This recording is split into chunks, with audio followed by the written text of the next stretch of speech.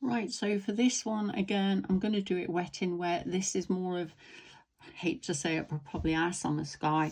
So it has quite a bit of grey in it. So I'm just wetting all the way down the paper. Same as always, big strokes. Don't worry about going off the sides of your paper. It's better to go off the side than to not cover it. So I've done my horizontal, big sweeping strokes vertically, and then give it its few seconds, usually about 4 or 5 seconds, long enough to have a little sip of coffee or something like that. Not a cake, just a coffee. And then going back in, if it looks like you've got pools of water, don't wet your brush. Just even out what you've got. If you haven't got pools of water, then a nice damp brush, just moving it all the way down. Again, you're just making sure that the paper stays wet enough to get your washes on so that you don't end up with patchy areas. So with this one, I'm going to go in with my Ultramarine Blue first.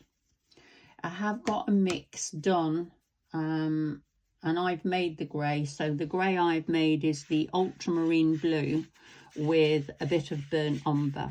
And you can get a very natural grey just by varying how much blue and how much brown you put together. You can have it on the blue scale, on the brown scale, whatever you like. It gives you a nice natural grey. So I've got that in. Now I'm going in with my grey. As I say, I've mixed this.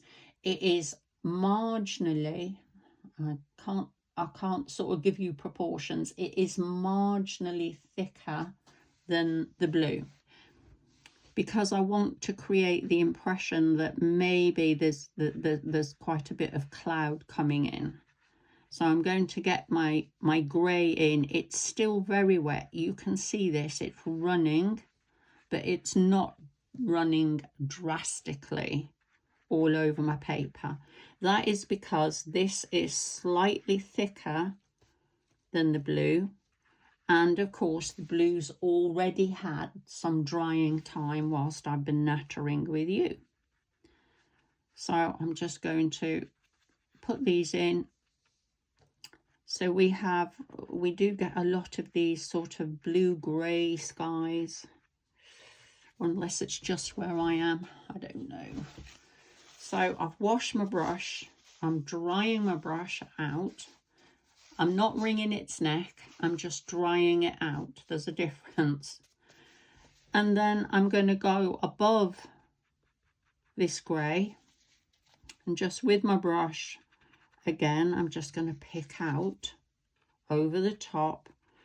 And every time I've done a certain amount, I go back and just wipe my brush off, because I'm picking up the grey, and if I don't wipe it off, then what I will do is transfer this colour to somewhere else. Now you may have to rewash your brush at some point.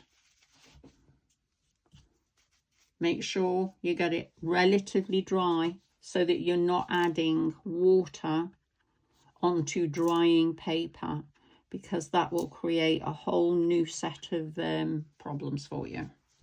So I'm just going just mainly above that lovely grey that I've just thrown on. Again, there's traces of that colour showing through. That's how it's meant to be. I don't want it to be pure white. So down here, just use the side of the brush, roll it a little bit.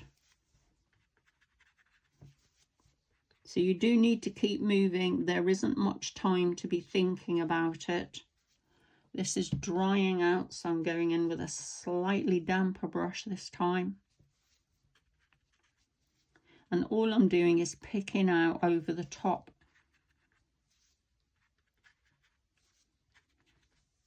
And this one here,